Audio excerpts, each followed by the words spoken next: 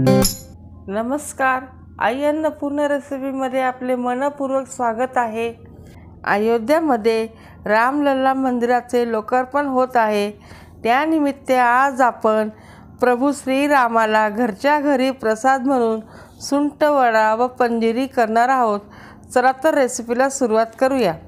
सुंठ वडा बनवण्याकरता मी इथे 50 ग्रॅम सुंठ, अर्धी वाटी किसलेले खोबरे, 2-3 चमचे खडीसाखर, 1 चमचा बडीशेप, 1.5 चमचा धने पावडर आणि 4-5 विलायची दाणे घेतले आहे। सर्वप्रथम सुंठ खलबत्त्यामध्ये कुटून घेणार आहोत। सुंठ मिक्सरमध्ये अशी टाकली तर बारीक होणार नाही, त्याकरता खलबत्त्यात आबडधोबड कुटून घेणार आहोत। सुंठ बऱ्यापैकी कुटून झालेली आहे, ती आता मिक्सरच्या भांड्यात टाकून बारीक पावडर बनवून घेऊ। अशा पद्धतीने सुंठ पावडर दळून झाल्यावर मी सुंठ पावडर सपिटाच्या चाळणीने चाळून घेतली आहे, जेणेकरून त्यातील रेषा खाताना लागणार नाही। पुन्हा एकदा ही सुंठ पावडर मिक्सरच्या भांड्यात टाकून त्यामध्ये खडीसाखर, किसलेले खोबरे, बडीशेप, धने पावडर आणि वेलचीचे दाणे टाकून मिक्सरमधून दळून घेऊ।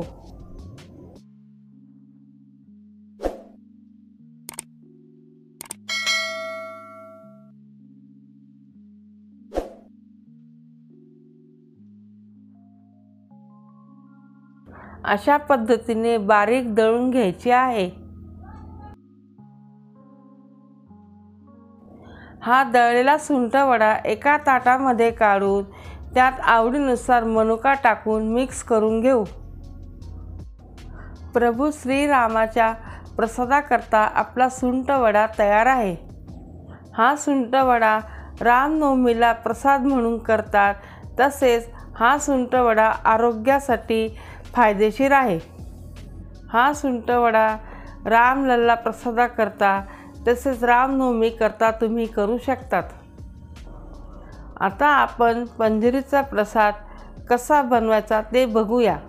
साहित्यामध्ये मी इथे 1 वाटी धने, 1 वाटी मखाना, अर्धी वाटी खोबरे, 10-12 काजू, 10-12 बदाम, 2 चमचे खारीक पावडर, 1 चमचा सुंठ पावडर व मनुका घेतले आहेत।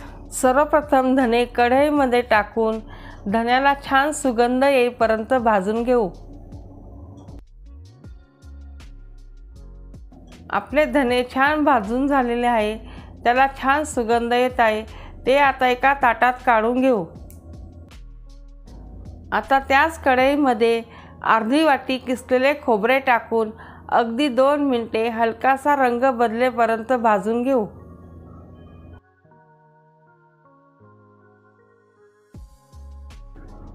आता कढईमध्ये 1 चमचा साजूक तूप टाकून त्यात 1 वाटी मखाना टाकून हलकासा रंग बदलेपर्यंत भाजून घेऊ।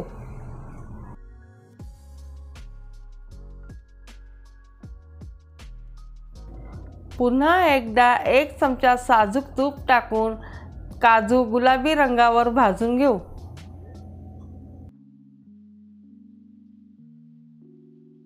काजूचा रंग हलकासा गुलाबी झालेला आहे, ते आता काढून त्याच तुपात बदामही भाजून घेऊ।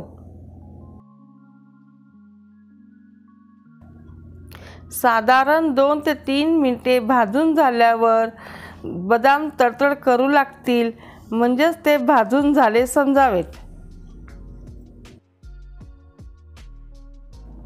आता भाजलेले धने मिक्सरमधून दळून घेऊ।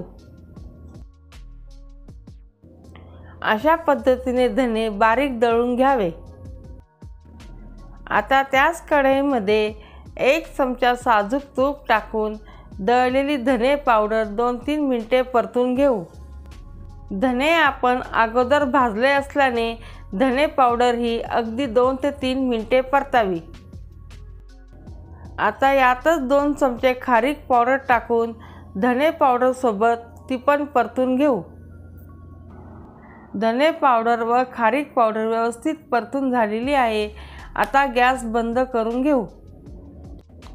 आता कढईमध्ये तळलेले मखाना, भाजलेले खोबरे, तळलेले काजू बदाम टाकून छान मिक्स करून घेऊ।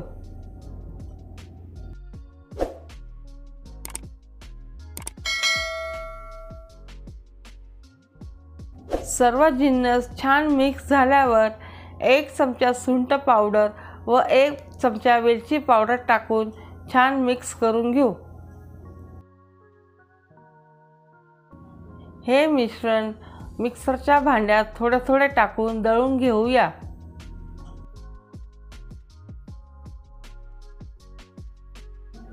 अशा पद्धतीने दळून या मिश्रणाची बारीक पावडर बनवून घ्यायची आहे।